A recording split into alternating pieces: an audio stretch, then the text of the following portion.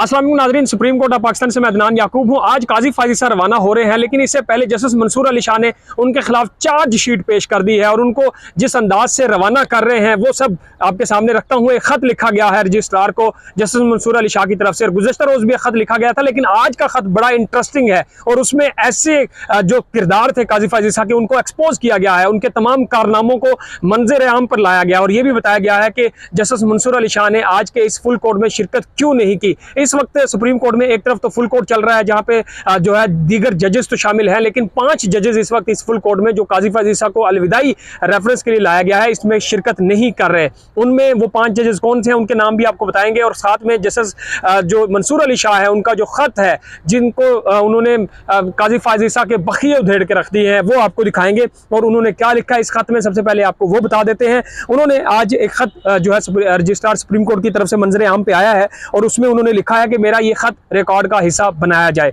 और उन्होंने जो माजी के जैसे साकिब निसार थे उनके हवाले से भी कुछ लिखा है, लेकिन पहले काजी फायज़ ईसा साहब के हवाले से उन्होंने क्या कहा है वो आपको बता देते हैं। उन्होंने कहा कि जी मेरा ये खत रिकॉर्ड पर रखा जाए। चीफ जस्टिस का किरदार लोगों के हकूक का तहफ़्फ़ुज़ करना होता है। एक चीफ जस्टिस ने अदलिया की आज़ादी का तहफ़्फ़ुज़ करना होता है, लेकिन चीफ जस्टिस काजी फायज़ ईसा ने अदलिया पर बैरूनी दबाव को नज़रअंदाज किया। चीफ जस्टिस की नज़र में अदलिया के फैसले की कोई कदर और इज्जत नहीं है।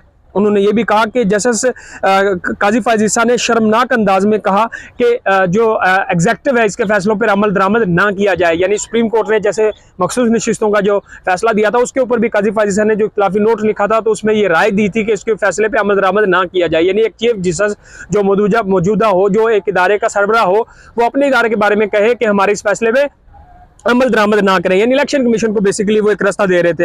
लेकिन जो जस्टिस मंसूर अली शाह ने खत लिखा है उसमें उन्होंने ये भी कहा है कि चीफ जस्टिस काजी फायज़ ईसा ने अपने साथी जजेस में तफरीक पैदा की और फिर ये कहा कि चीफ जस्टिस काजी फायज़ ईसा अदालती रवादारी हम आहंगी के लिए लाजमी था कि वो किसी एक एहतराम के रिश्ते में रहते, लेकिन वो इसमें नाकाम रहे।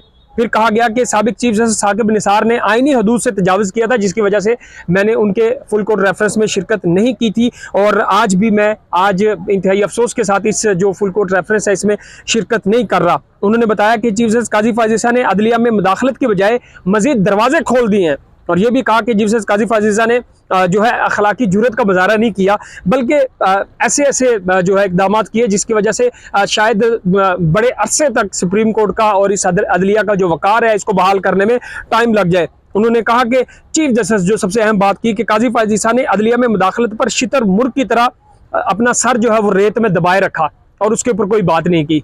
ये उन्होंने जो है ख़त लिखा है और उसमें दीगर भी मदरजात जो है उसके सामने आए हैं, जिसमें उन्होंने एक तो ये कहा कि पूरी दुनिया में एक रवायत होती है कि किसी भी चीफ जस्टिस जो होता है उसको जाने वाले को अलविदाइया जो है वो दिया जाता है, रेफरेंस दिया जाता है, लेकिन मैं अपने पूरे होश हवास के साथ इसमें शिरकत नहीं कर रहा।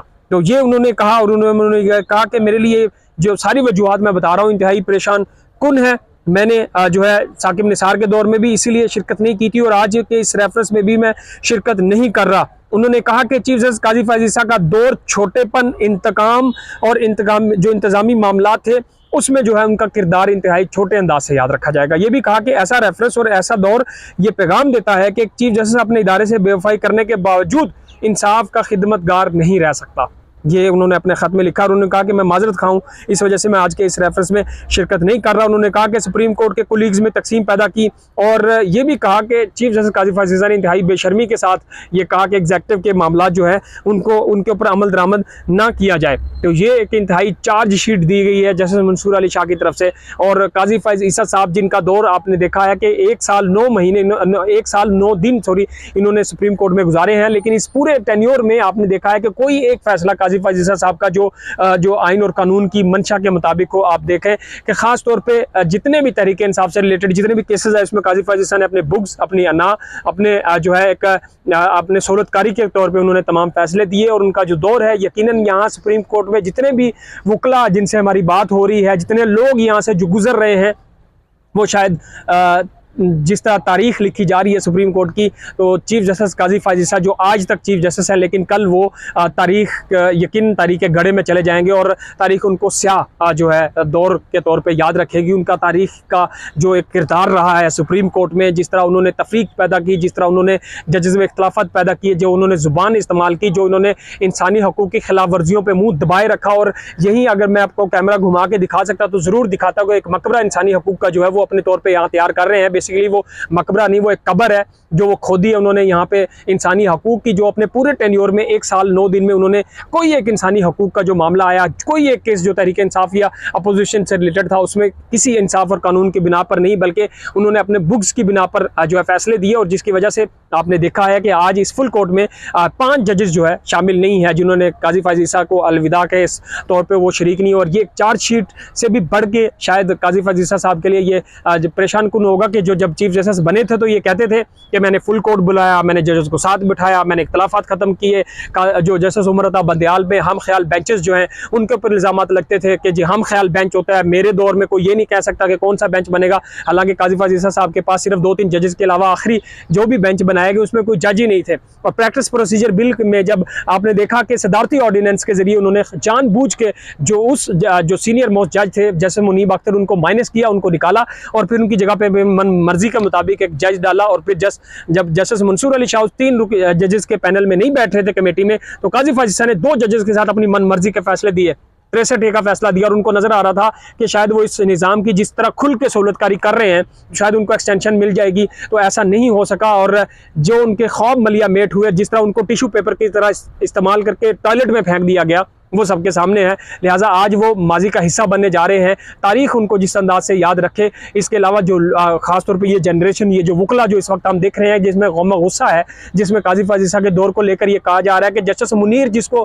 किसी दौर में लोगों ने देखा था, जिसकी रूह को भी लोग गालियाँ देते हैं, उसको सुनने के बाद आज काजी फायज ईसा साहब के दौर को शायद जस्टिस मुनीर से भी भोंडे, गंदे और काले और स्याह जो है दौर के तौर पर याद रखा जाएगा। इसी वजह से पहले कुछ ये क्या सही थी कि जस्टिस मुनीर जो है उनको पंजाब ने पैदा किया था, लेकिन अब बलूचिस्तान ने काजी फायज ईसा को पैदा किया है, कि जिसके दौर को तमाम लोग जिन्होंने अपनी आंखों से देखा है। गुज़श्ता रोज़ आपने देखा कि जस्टिस मंसूर अली शाह ने एक ख़त लिखा और उन्होंने कहा कि जब हम इक़्तिदार में आते हैं तो हम ये भूल जाते हैं कि लोग हमें देख रहे होते हैं।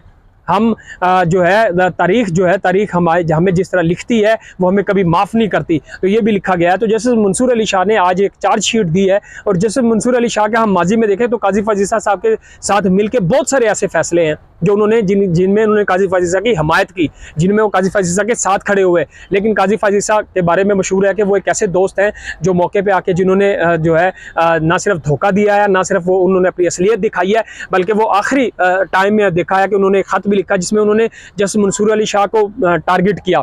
यही वो जस्टिस मंसूर अली शाह है जो काजी फायज ईसा के हर वक्त में उनके साथ खड़े रहे। जब काजी फायज ईसा के खिलाफ रेफरेंस आया था तब भी जस्टिस मंसूर अली शाह उनके साथ खड़े थे। लेकिन काजी फायज ईसा साहब शायद शख्सियत के तौर पे उनको क्या बंदा कह सकता है, उनकी किरदार कशी करना शायद मुनासिब नहीं है, लेकिन उनके जो फैसले हैं वो तारीख में हमेशा तनकीद होती रहेगी। उनको जिस तरह हमारे दोस्त असतूर हमें बताते हैं कि ये एक कुआं है, इसकी बदबू नहीं जाएगी हमेशा।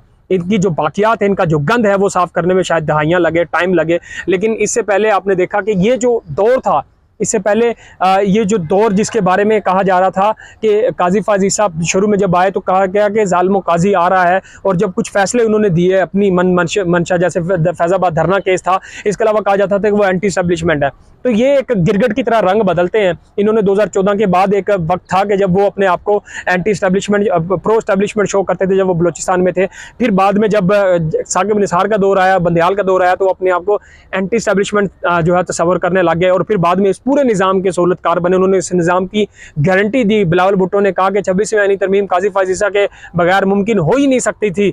आज जो हुकूमत है वो जिस तरह उनके किरदार को सराह रही है, उनकी खिदमात को जो है सराहने के तौर पे वो कर रही है। तो ये आप देख रहे हैं कि सबके सामने है। अब देखना ये होगा कि ये जो आज काजी फायज ईसा साहब रवाना हो रहे हैं और नए आने वाले जो चीफ जस्टिस हैं जैसे याह्या अफरीदी, वो किस तरह इन जजेस को मैनेज करते हैं, किस तरह जो सुप्रीम कोर्ट का जो नया दौर है उसको लेके चलते हैं। अभी यहाँ सुप्रीम कोर्ट में फुल कोर्ट रेफरेंस भी हो रहा है और चीज़ें चल रही हैं। यहाँ से क्या डेवलपमेंट्स होती हैं आपके सामने रखेंगे। अभी के लिए इतना ही, अपना ख्याल रखें। अल्लाह हाफ़िज़।